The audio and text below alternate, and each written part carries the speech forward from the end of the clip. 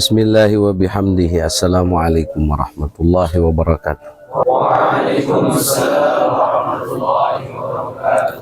Alhamdulillahi rabbil alamin. Wassalatu wassalamu ala ashrafil anbiya'i wal mursalin Sayyidina wa maulana Muhammadin wa ala alihi wa sahbihi ajma'in. Amma ba'd.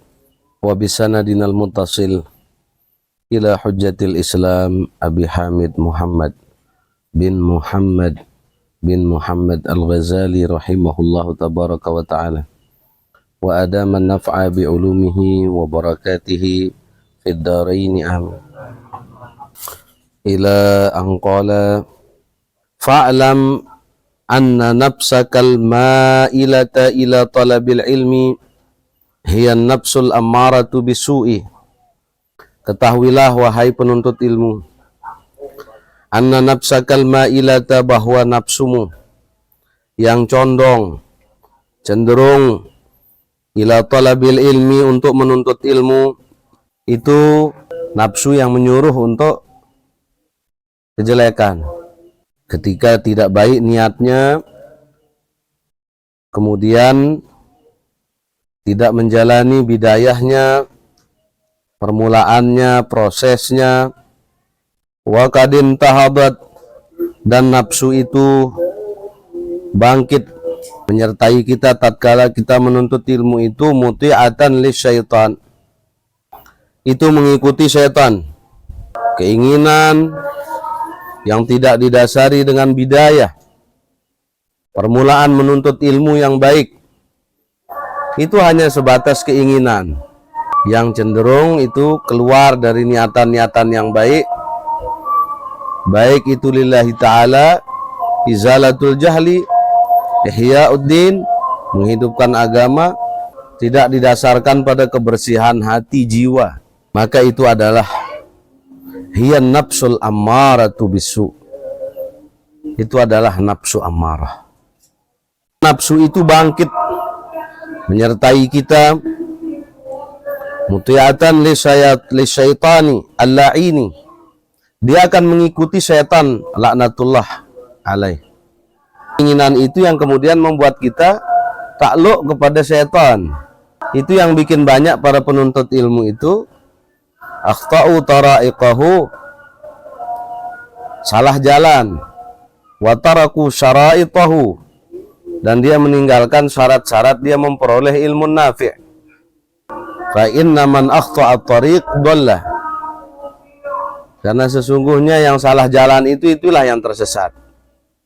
Ini menuntut ilmu masih, apakah kamu yakin bahwa engkau akan selamat ketika mengamalkan ilmu? Salimun minar riya, selamat dari riya, wat takabbur, wasum'ah. Kitab Bidayatul Hidayah ini mengajarkan kita bagaimana memulai menuntut ilmu dengan baik, mengantarkan kita pada permulaan yang baik untuk meniti hidayah Tuhan. Bidayatul Hidayah itu mengajarkan kita bagaimana kita menjaga diri. Liyudliyaka bihabli gururihi, menyampaikanmu, mendekatkanmu kepada temali daripada tipu daya setan. Fayastadrijuka ayyakhuzuka qalilan qalilan, maka dia akan menggelincirkanmu sedikit demi sedikit, secara bertahap, sedikit demi sedikit, bimakidatihi, dengan tipu dayanya, ila ghamratil halak, akan mengantarkanmu kepada jurang kebinasaan yang fatal. Wa qasduhu ay asyaitan, maksud tujuan daripada syaitan itu ayyurawija ay ayasluka alaika syarra fi ma'radil khair, itu akan memperjalankanmu, ya, akan membawamu kepada kejelekan, fi ma'radil khair, kejelekan yang dibalut dengan kebaikan. Ibadah, sholat, kebaikan, sedekah, kebaikan, menuntut ilmu, kebaikan, tapi dibalut di situ. Kebaikan itu yang dipakai menggoda kita oleh iblis. Kejelekan yang dibalut dengan kejelekan berbalut kebaikan. Bukan kita digoda untuk tidak menuntut ilmu, tapi kita didorong menuntut ilmu. Tetapi kemudian di dalam menuntut ilmu itu kita kemudian disanjung biar kita riya oleh iblis. Disanjung kita biar kita takabur oleh iblis. Kalau sudah begini berarti kan memang ya hati kita ini sudah muti'atan li syaitan. Sudah kita itu, hati kita sudah tunduk taat kepada syaitan. Nah disitulah ketika seorang guru masuk menasihati, disitulah perangnya antara guru dengan syaitan. Sehingga banyak murid yang merasa benar. Khata. Apa yang salah dari yang saya lakukan ini? La ya'rifus sarra.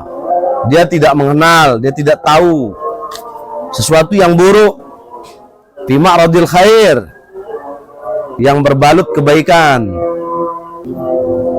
Wa anta tanzuru ilal mar'i bi'ainik, wa amma muallimuka wa syaikhuka yanzuruka bi'aini qalbih wa basirati. Guru itu melihat dengan mata batinnya, bukan melihat dengan ininya.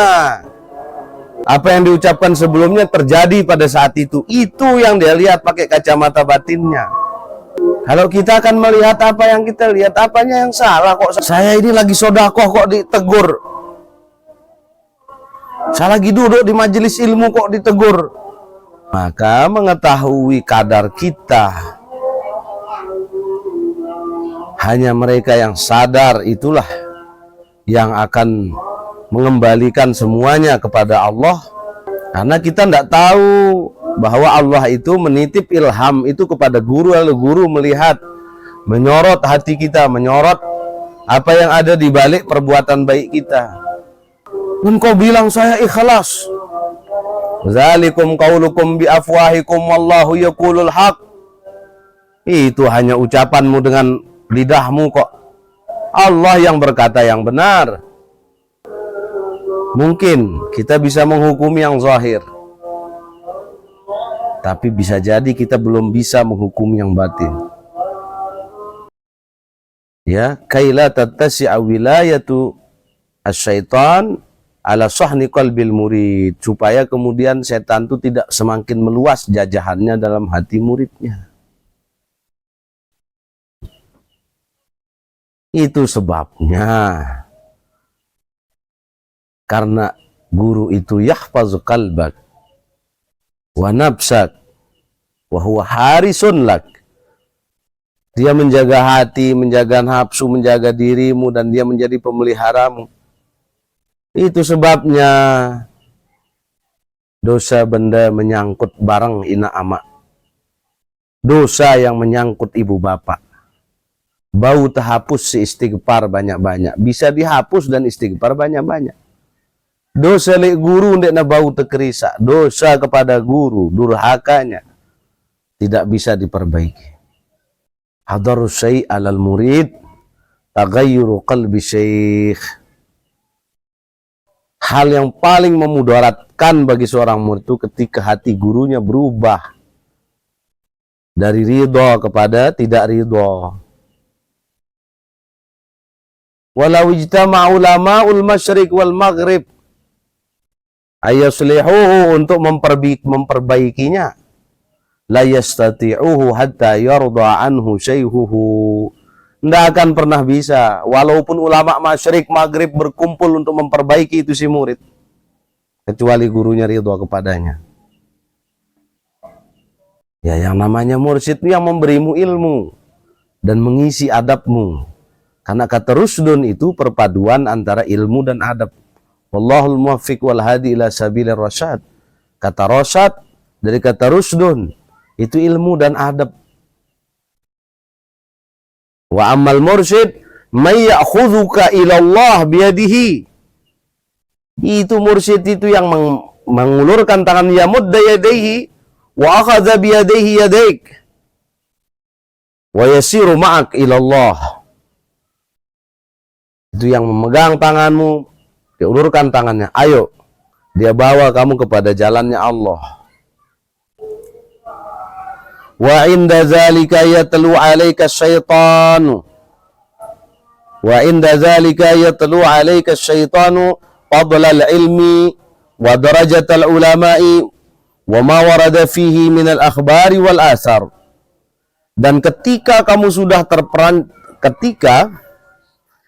ketika si murid sudah berada pada kejelekan yang berbalut kebaikan, maka setan pun mendiktekan kepadamu keutamaan ilmu, derajatnya orang alim,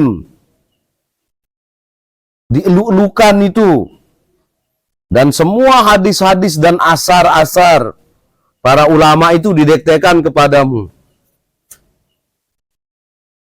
dibisikkan di dalam hatimu. Ulama itu kan derajatnya tinggi, ya, ilmu tuh begini, muzakarah sesaat itu lebih baik daripada sekian tahun ibadah. Itu setan sedang menyanjungmu. Wa inda zalika ay inda qasdi syaitani taslikus syarri fi tariqil khair. Dia akan membawamu pada kejelekan itu, dan dia akan menjalankan rencana busuknya setan itu di jalan kebenaran, di jalan kebaikan. Bagaimana? Dia tidak bisa menggoda ketika kita hendak ingin pergi menuntut ilmu. Jangan sekolah, katanya. Jangan ke kampus. Kita lawan. Akhirnya dia bilang, oke lah. Ayo ke kampus kalau gitu, katanya. Jangan lupa lewat sini. Ada tolibatnya loh, katanya. Kamu sedang berjalan, udah kalah dia pertama. Nggak usah ke Ma'had. Nggak saya mau, katanya. Dilawan dia. Dia pergi ke Ma'had.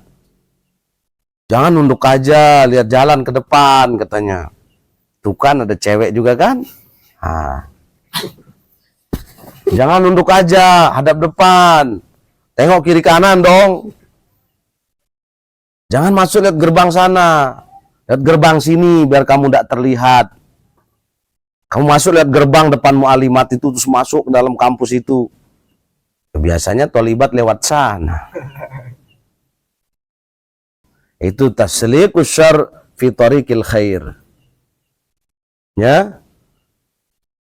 Membuat kita berjalan pada hal yang kita anggap baik, tetapi di situ ada keburukan yang kemudian direncanakan oleh tipu muslihatnya iblis. Yatlu 'alaika syaitanu fadlal ilmi an-nafi'i. Maka dia akan membacakan, mendiktekan, membisikkan kepadamu keutamaan ilmu wa darajatal ulama'il amilin bimizani syara'. Iblis ini paling pinter. Yang namanya orang berilmu itu begini. Kalau kamu jadi ulama begini, kalau kamu jadi tuan guru begini. Wa ma warada fihi ay fil ilmi minal akhbar wa hiya aqwalun nabiy sallallahu alaihi wasallam wal athar wa hiya aqwalus sahabah wat tabi'in kama qala sallallahu alaihi wasallam nazratun ilal alimi ahabbu ilayya min ibadati sanatan. Pandanganmu kepada seorang alim itu lebih aku cintai daripada ibadah 1 tahun. Dibisikkannya hadis itu oleh iblis. Bukankah Nabi kita berkata, katanya, kau pandang itu orang berilmu itu lebih dicintai daripada engkau beribadah 1 tahun. Memandang orang alim, kenapa kau pandang-pandang lo, kata gurunya. Kan memandang wajah orang alim itu lebih dicintai Nabi daripada ibadah 1 tahun. Akhirnya dia tidak mau mutola'ah.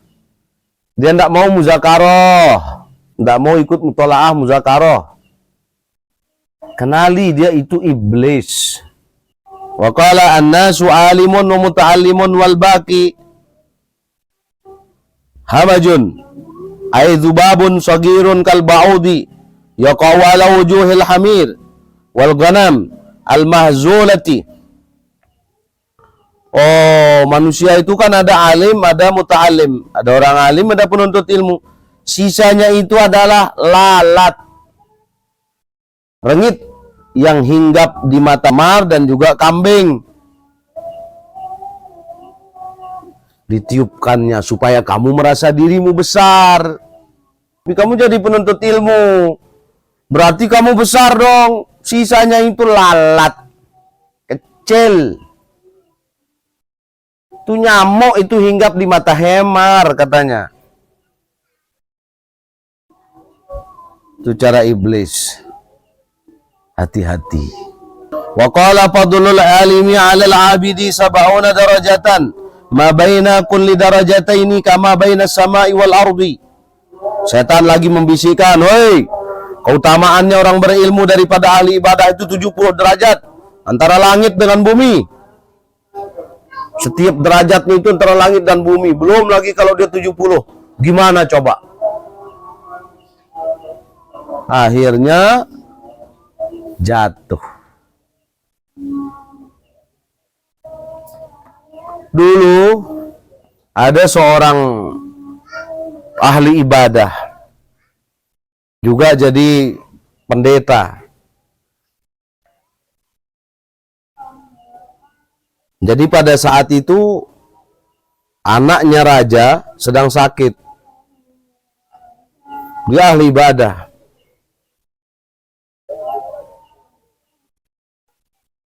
Tapi dia nggak tahu cara setan menggodanya. Udah keliling itu raja mencari tabib, dokter untuk anaknya, nggak ketemu-ketemu. Pas pulang, dicegatnya itu rombongan raja mengatakan, "Hendak kemana kau Tuan Raja? Aku ingin membawa anakku berobat. Sudah sekian bulan dia tidak sembuh-sembuh dan tidak bangun-bangun." "Kenapa kau tak bawa? Kepada itu ada orang alim di sana. Dia sekaligus tabib." "Nah, kemana itu orangnya? Di mana tempatnya? Kemana kita pergi menuju tempatnya itu?" "Di sini." Akhirnya dia ke sana. Setan itu menyerupai manusia yang menghadang rombongan raja. Lalu dia mendahului raja sampai ke tempatnya si alim ahli ibadah ini. "Ntar lagi, Tuan Syekh," katanya, "Tuan Pendeta, itu Tuan Raja akan ke sini bawa anaknya berobat." Datanglah pendek cerita di sana. "Dia kenapa anaknya Tuan Raja?" "Dia sakit, aku sudah keliling carikan obat tapi tidak kunjung sembuh." "Oh, saya dengar informasi bahwa engkau bisa menyembuhkannya." Bilang, "Iya, makanya yakinkan Raja." Dibisiknya dia sama iblis. Iblisnya udah nggak kelihatan lagi, tapi dibisik di telinganya. Bilang sama Raja, yakinkan dia kalau kau bisa mengobatinya. Kalau Paduka Raja percaya, katanya, saya akan berusaha sekuat tenaga saya. Terus, apakah saya bawa pulang dulu ke sini? Bilang sama Raja, dong pengobatannya tidak intensif. Kalau dibawa pulang, kamu tidak bisa ke sana ngobatin tiap saat, tidak bisa ngontrol. Gimana ya Tuan Raja, katanya. Kalau dibawa pulang, sayanya yang tidak bisa. Soalnya saya ini kan sana di menara, saya turun naik. Saya halwat. Saya ibadah. Oh, kalau begitu, gimana baiknya dah? Kalau begitu, minta diinapkan saja. Tapi nanti kau taruh dia di sana, di pondok sana itu. Kamu tinggal di atas. Gini saja Tuan Raja, saya jamin anaknya Tuan Raja di sini, dia tinggal di sini dan saya tinggal di atas. Tenang, nggak bakalan terjadi apa-apa. Baiklah kalau begitu, kata Raja. Demi kesembuhan anak saya pulang. Pas dia mau naik ke atas tangga, naik di menara itu, iblis lari. "Ya Syekh," katanya, "ya Rahib, itu anak raja kok kamu langsung tinggalkan? Ya bawakan makanan ke apa ke, tanya-tanya kayak gitu," kata iblis. "Ya juga sih," katanya. Naik, akhirnya dibuatin makanan, terus diantarnya, ditaruh di gerbang makanannya. Plek. Alim dia dulu. Plek. Hei Tuan Putri, makanannya di gerbang, tolong diambil ya, katanya. Naik dia lagi ke tempatnya di menara itu. Keluar anak raja itu ambil makanan itu. Sama anak rajanya sendiri kok begitu caranya. Antarkan ke depan pintu, kayak ini kok di gerbang. Gimana nanti kalau dipatuk sama binatang makanannya? Atau kena sama pasir katanya, sama debu. Juga sih salah cara saya. Akhirnya dia buka gerbang, taruh di depan pintunya. Ketuk pintu, kata. Tok tok tok. Tuan Putri, makanannya di depan pintu ya. Saya balik nih, katanya. Balik lagi, naik ke atas, ibadah lagi, berwirid lagi. Dia nggak kenal cara setan menggodanya. Ngasih orang makan baik nggak? Baik.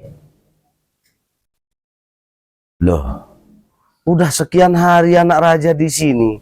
Bu ya ditanya ke gitu gimana keadaannya setelah minum obatmu, supaya kamu bisa menindaklanjuti.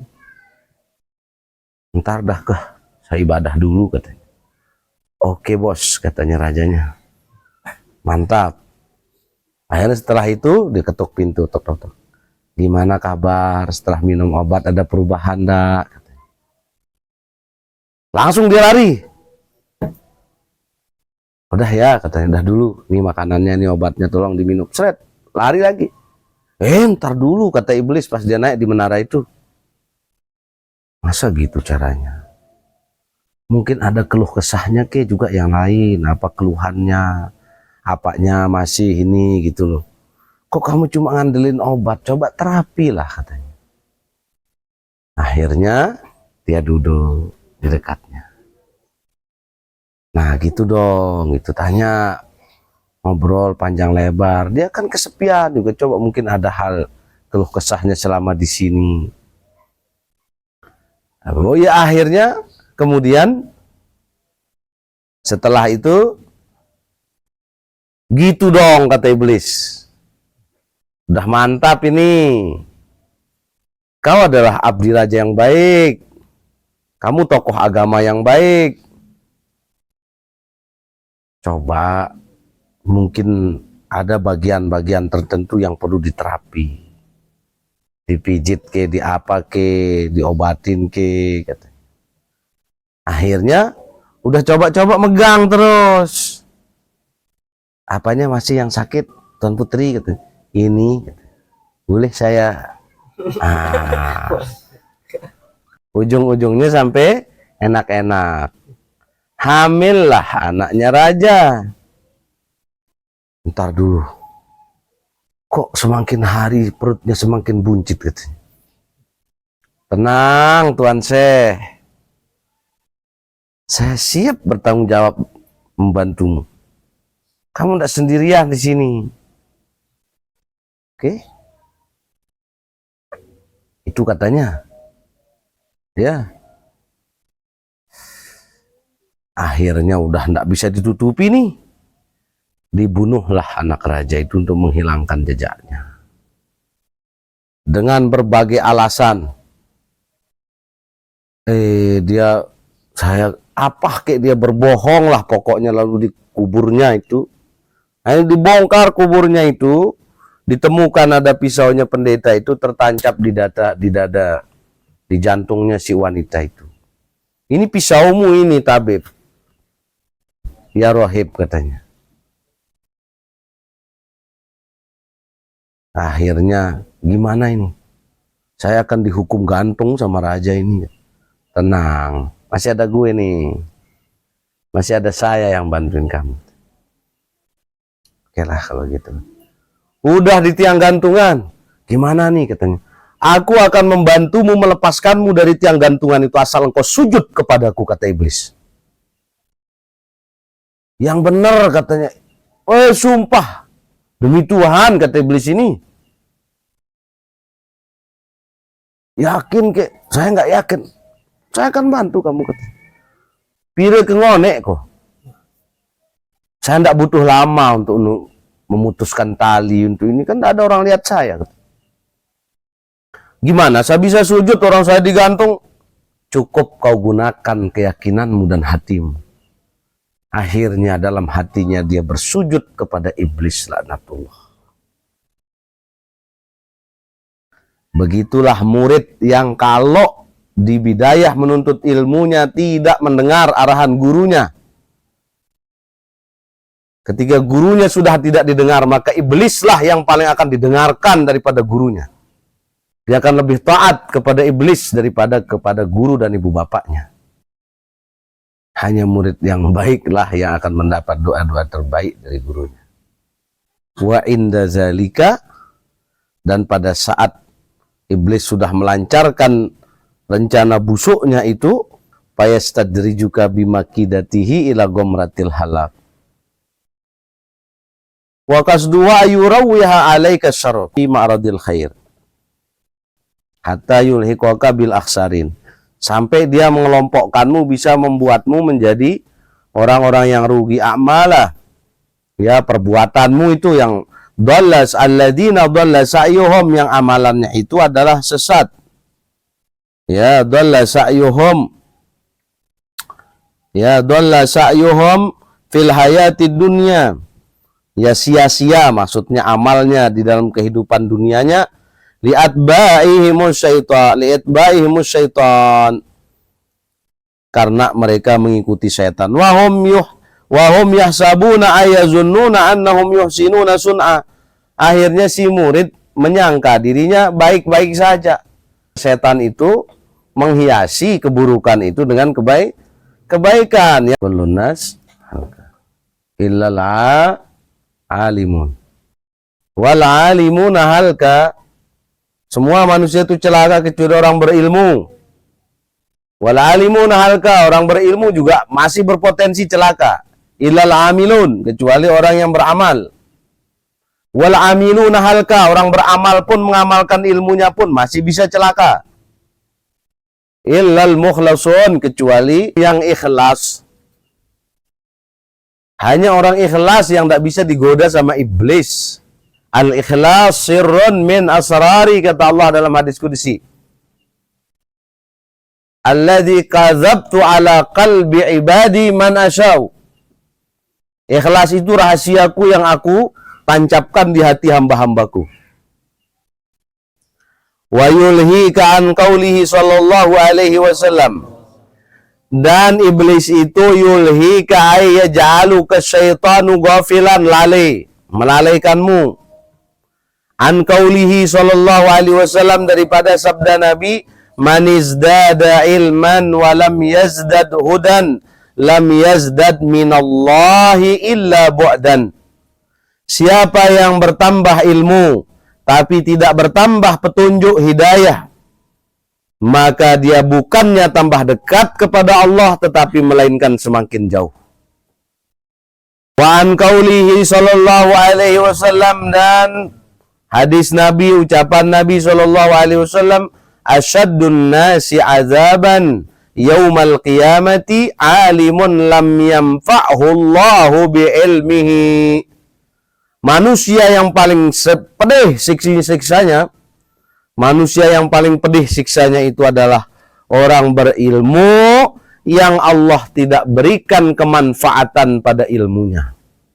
Sekolah tinggi, pulang kampung nggak ada manfaatnya. Kitab banyak, tapi malah semakin lalai, tidak waspada, tidak memperhatikan dirinya. Kebebasan berpikir. Wa kana sallallahu alaihi wasallam yaqul katsiran fid du'a'i ta'liman li ummatihi. Nabi banyak sekali berdoa mengajarkan umatnya. Allahumma inni a'udzubika min ilmin la yanfa'. Ya Allah, aku berlindung. Allahumma itu asalnya ya Allah.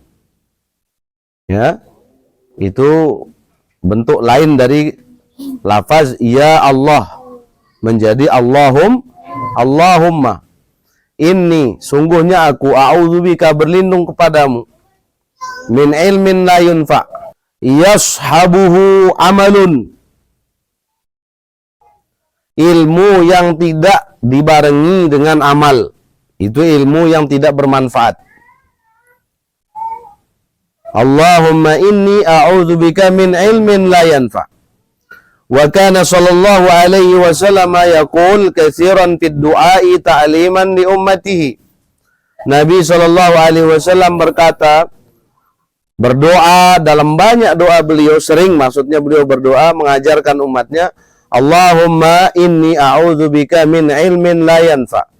Aku berlindung padamu ya Allah daripada ilmu yang tidak bermanfaat. Wa huwa ma la yashabuhu amalun, yaitu ilmu yang tidak dibarengi dengan amal. Wa ma la yu'zanu fi ta'limihi syar'an, dan ilmu yang tidak diizinkan mempelajarinya secara syara'. Ilmu seher, ilmu santet, ilmu togel, ilmu judi, au ma la yuhazzibul akhlaq, atau ilmu yang kemudian justru tidak menata, membersihkan ya akhlak kita. Wa qalbin la yakhsha, hati yang tidak khusyuk, ai li zikrika, untuk mengingatmu, wala li sima'i kalamika, dan hati yang tidak khusyuk mendengarkan firmanmu. Wa huwal qalbul qasiy, yaitu hati yang keras. Summa qasat qulubuhum fahiya kal hijarati aw ashaddu qaswah, hatinya membatu, bahkan lebih keras daripada batu. Wa amalin la yurfa, dan amal yang tidak diterima, dicabut qabulnya. Liriyain, karena ada riya di situ. Au faqdi nahwi ikhlasin, atau tidak ada nuansa ikhlasnya. Ai li ayyakuna sahibuhu maghduban alaihi. Wa du'ain la yusma, atau doa yang tidak didengarkan. La ay la yaqbaluhu Allahu, dan doa yang tidak diterima dikabul oleh Allah Subhanahu wa taala. Wa la yu'taddu bihi, tidak dipedulikan, tidak dihitung doanya oleh Allah, tidak dipandang. Fakana ghairu masmu'in li khabasi sahibihi, doanya tidak didengar karena perbuatan-perbuatan atau hal buruk yang ada pada orang yang berdoa. Guru itu seperti petani yang mencabut tanaman, pengganggu di sekitar tanaman yang kita tanam. Wa fi riwayatin la yustajabu, tidak mengatakan wa du'ain la yusma, tapi mengatakan wa du'ain la yustajabu. Rawahu Ahmad bin Hanbalin wa Muhammad bin Abdullah al-Hakim an Anasin. Wallahu subhanahu wa ta'ala a'lamu bisawab.